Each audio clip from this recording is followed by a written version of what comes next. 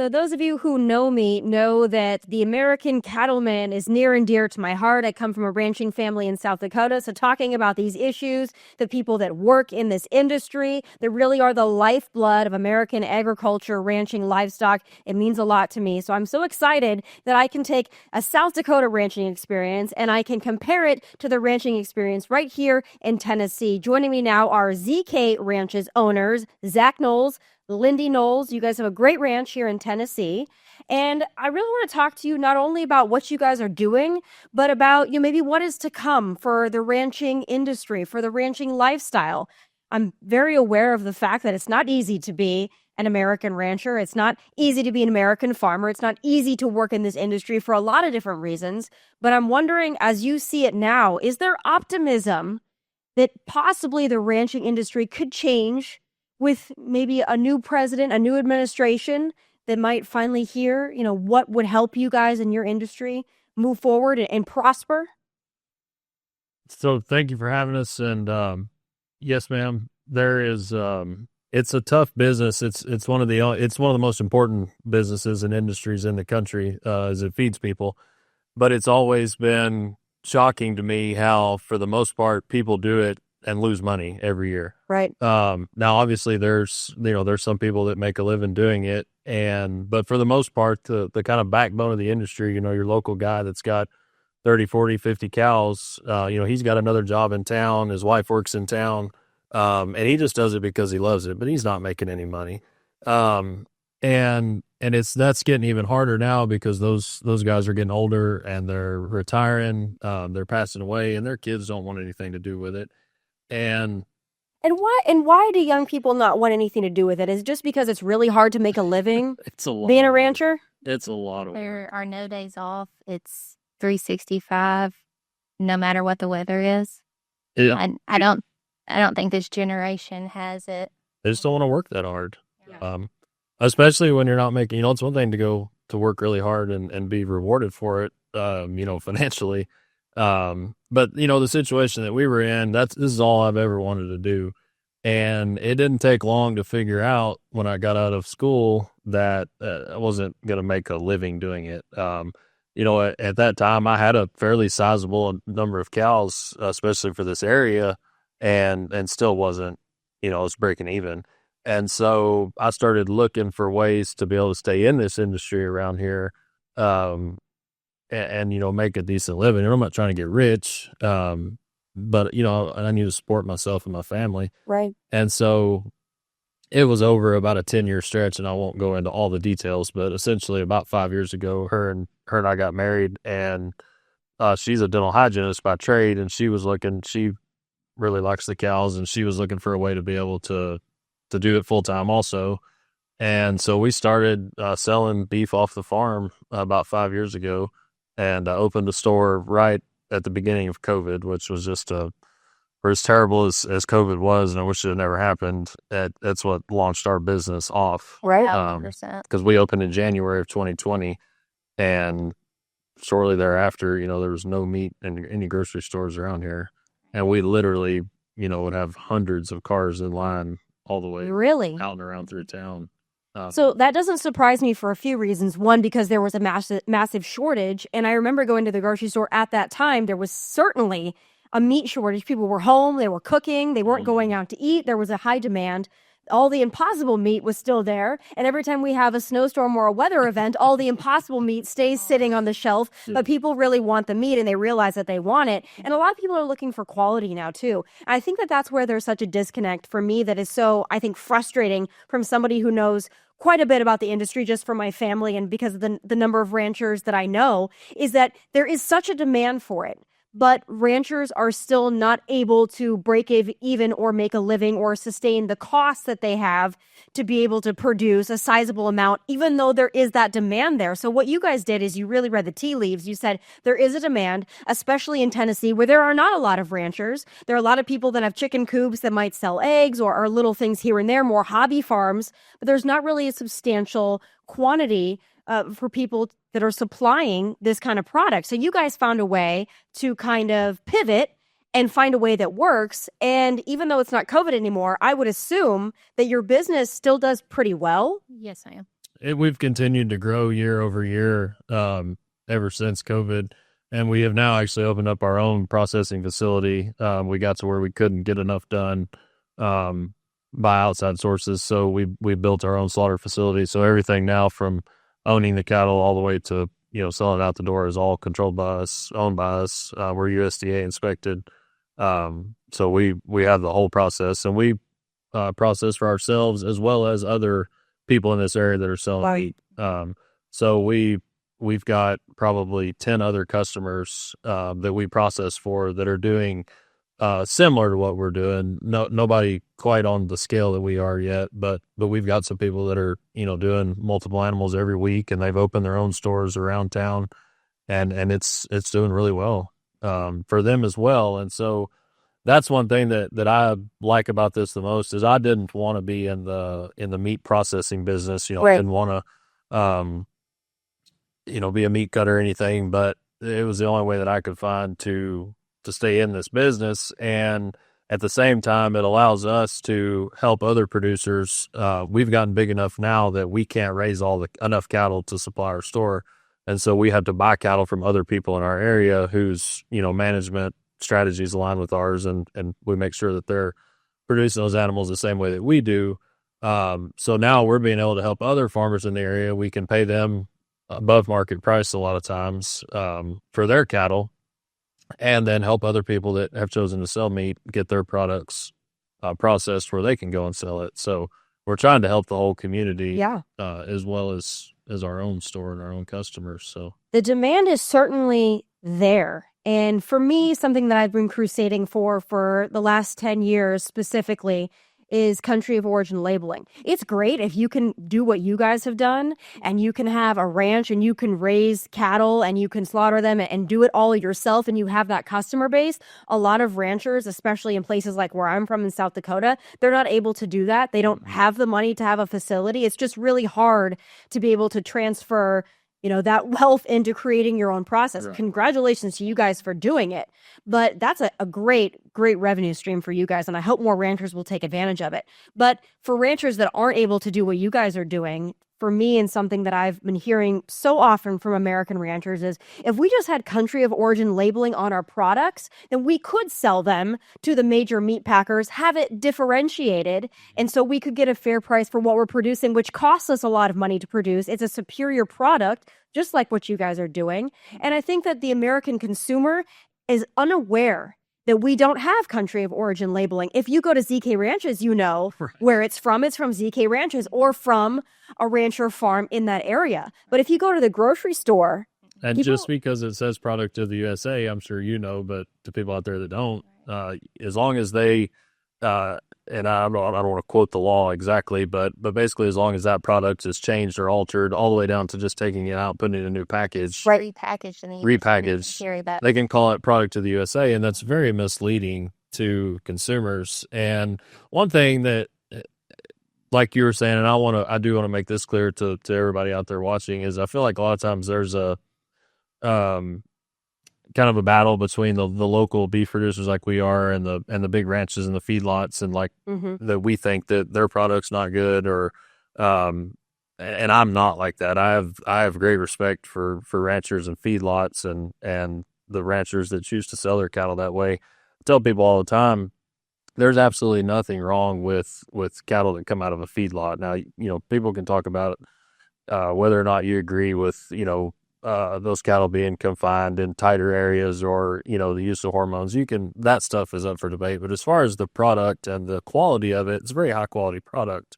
Now, once it goes into these commercial packing plants and the way that it's handled, the way a lot of times animals are mixed, you'll have multiple animals in one product, additives and preservatives that are put into it, that's when it changes. But I don't like to see there was a thing that went around on Facebook a couple months ago, it's a picture of some local ground beef and then some, commodity ground beef. And you see this big battle between, corporate ranchers or ranchers that choose to go the feedlot route, and then people that are choosing to sell local.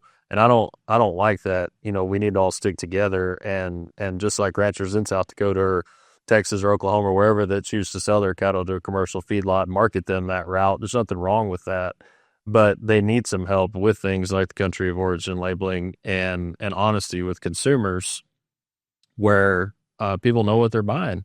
Right. And I thought it was funny, the Mexican government actually a couple months ago came out and they were for it because they feel like there's a large enough Hispanic population in the United States now that they would buy beef that they knew was from Mexico.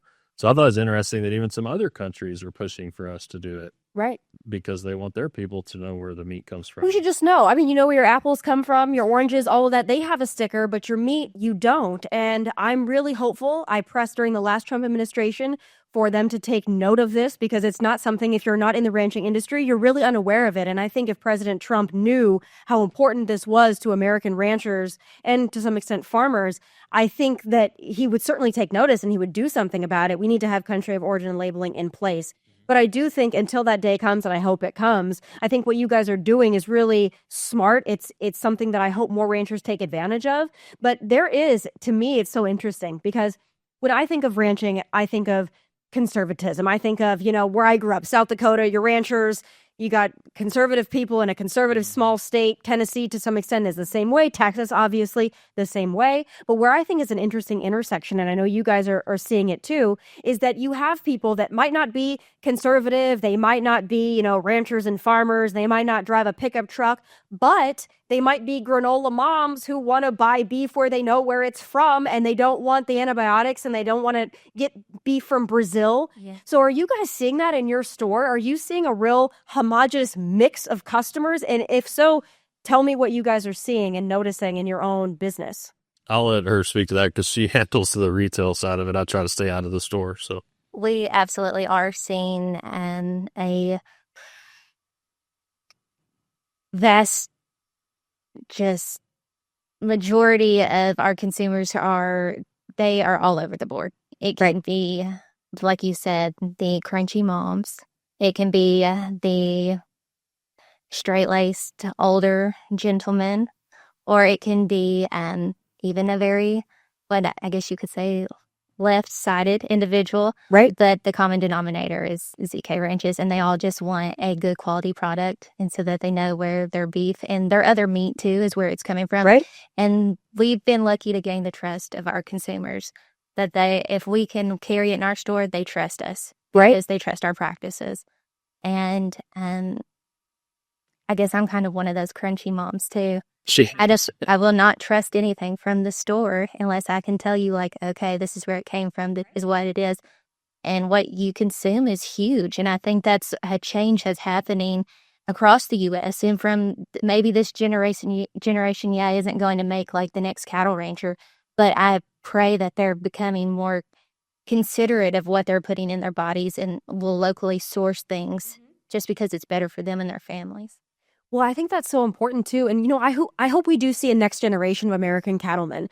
I hope that there's something that this incoming administration, and there can be bipartisan relief for our American ranchers and farmers out there, because we have the ability to not only feed the U.S., but we have the ability to really feed the world. If the ranchers that in the heyday of ranching and farming were able to sustain their practice and sustain their business, we really could feed the world. We'd never have to import anything. We could export, and that would be fantastic. We have the ability to do it. Now, we need the 4 big meat packers not to monopolize the industry and undercut our American producers. That's a big part of it. But what you guys are doing is a creative workaround to that.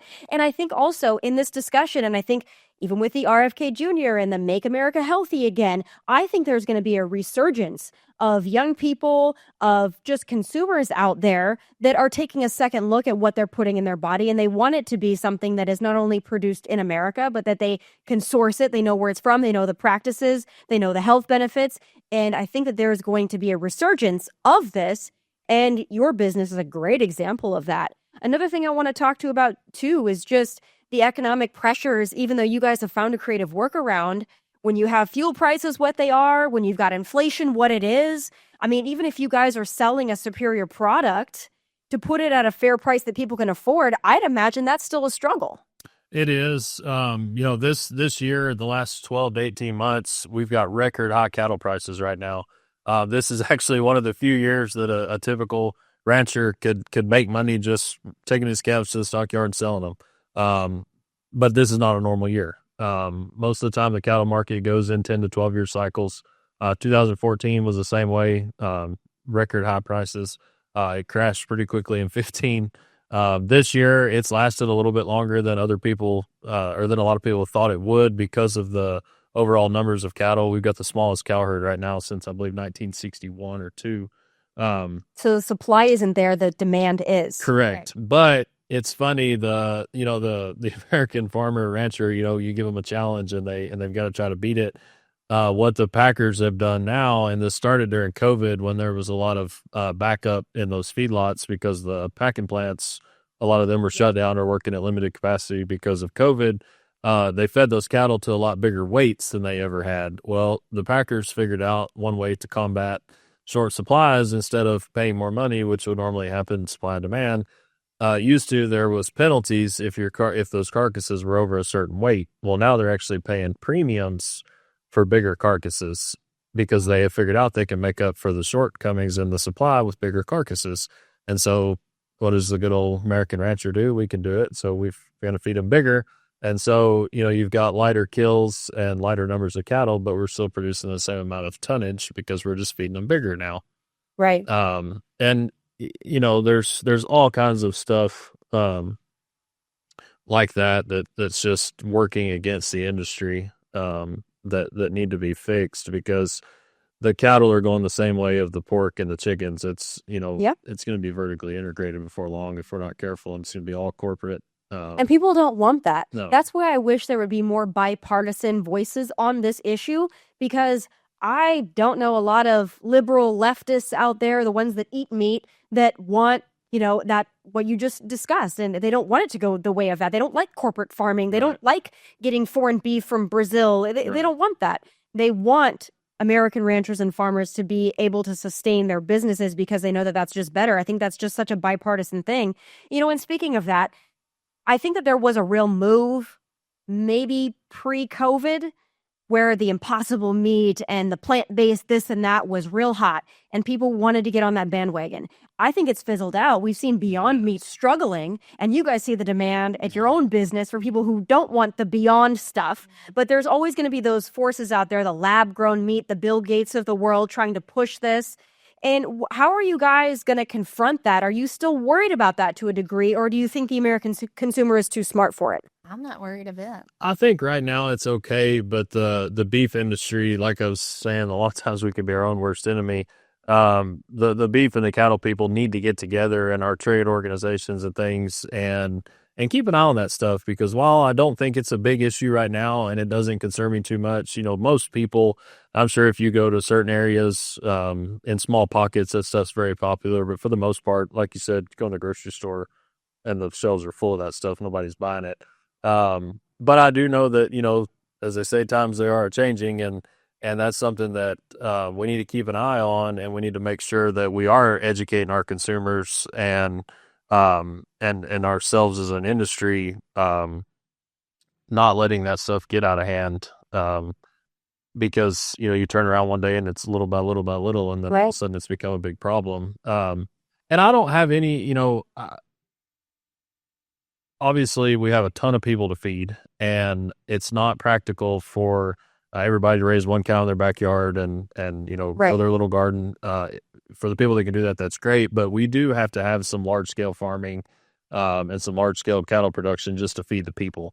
And so I don't have any, as long as people are raising cattle, ethically and safely, I have no problem with any of it. And I don't have any problem if they want to import beef, to make a cheaper product for some people that can't afford premium beef. But just be honest with the consumers. Let people differentiate.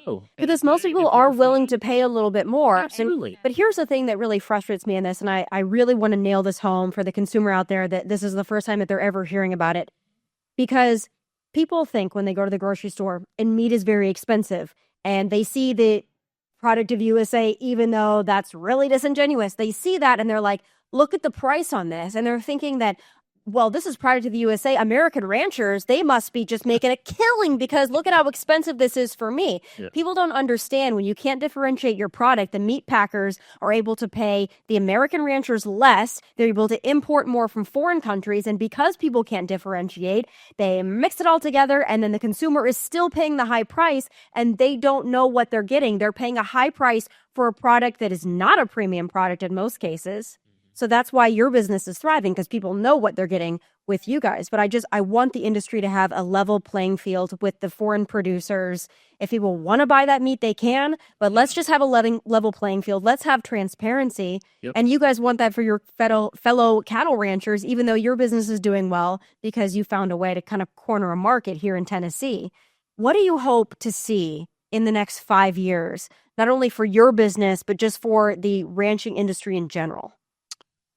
I hope that we get some stuff turned around with the big four packers, and there's some stuff in the with the CME and the futures markets and the commodities market that needs to be fixed. And I'm not educated enough to speak on it, but there's people out there that are and that have some really good ideas. I listen to several things every morning on the markets by some very smart people that are a lot smarter than I am, and there's some things that need to be changed.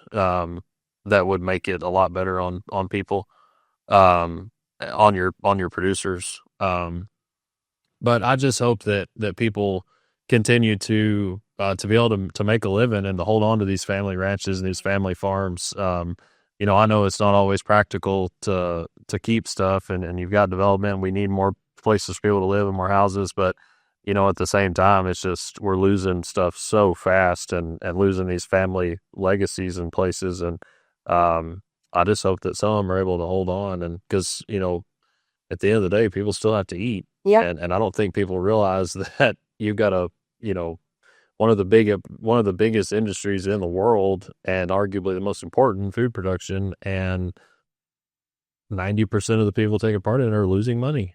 I mean, what other industry in the world do people just do and lose money doing it, and they're fine right. with it? It's really an odd situation if you think about it, but people just do it because they love it.